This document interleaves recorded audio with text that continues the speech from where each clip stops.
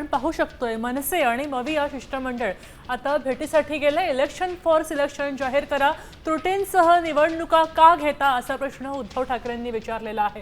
गिरीश, आपण पुन्हा तुमच्याकडे येतोय। या ठिकाणी आपण पाहू शकतोय गेला अर्धा तास जवळपास हे मीटिंग सुरू आहे।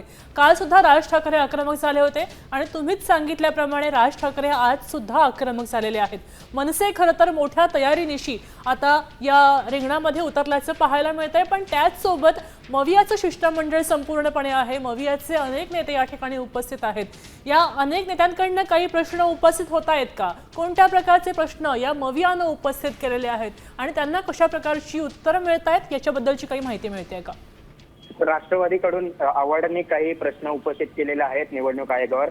तुमची यंत्रणा आहे ती सज्ज नाहीये, दुबार मतदार आहे, त्याबाबत तुम्ही कोणतेही काम केलेलं नाहीये, अशा पद्धतीचा एक आरोप आता आव्हाडांनी केलेला आहे। तर दुसरीकडे त्यांनी अंतेश्वर गंगाराम शिंदे जो मतदार आहे म्हणजे उमेदवार मतदारांची यादी आहे त्यातले काही उदाहरणं या ठिकाणी आता जयंत पाटील निवडणूक आयोगाच्या या बैठकीत सादर करत आहेत। त्यामध्ये एक उदाहरण दिलंय की त्यांनी अंतेश्वर गंगाराम शिंदे हा एक मतदार आहे, मात्र त्या मतदाराचा कोणताही पत्ता नाही, काहीच नाही, केवळ अशाच पद्धतीने बोगस हे सर्व मतदार आहेत ते तुम्ही तयार केलेले आहेत, मतदार याद्यांमध्ये हे सर्व घोळ आहे हा दाखवण्याचा प्रयत्न आता शरद पवार गटाकडून केला जात आहे। त्याबाबतची उदाहरणं आहेत, पुरावे आहेत, ते देखील आता या निवडणूक आयोगाच्या बैठकीत जे आता बैठक सुरू आहे त्यात दाखवले जाते। त्यामुळे आज हे आपण बघतोय की कालही सर्व पक्षाचे शिष्टमंडळ होतं, खरं तर सर्व पक्षांना बोलवण्यात आलं होतं, मात्र जे सत्तेतील 3 पक्ष नाहीयेत, परंतु त्यांनी कालही बैठकीत पुराव्याची बैठकीत उपस्थित झालेले होते आणि आजही त्याच पद्धतीने उपस्थित झालेले आहेत।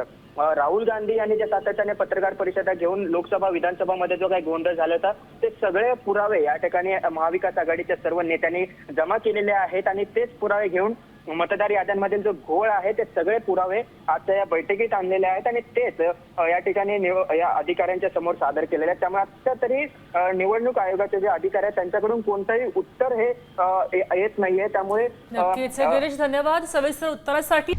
आता isakal.com आहे देशातील नंबर 1 ची मराठी न्यूज वेबसाईट। प्रत्येक अपडेटसाठी isakal.com ला नक्की भेट द्या।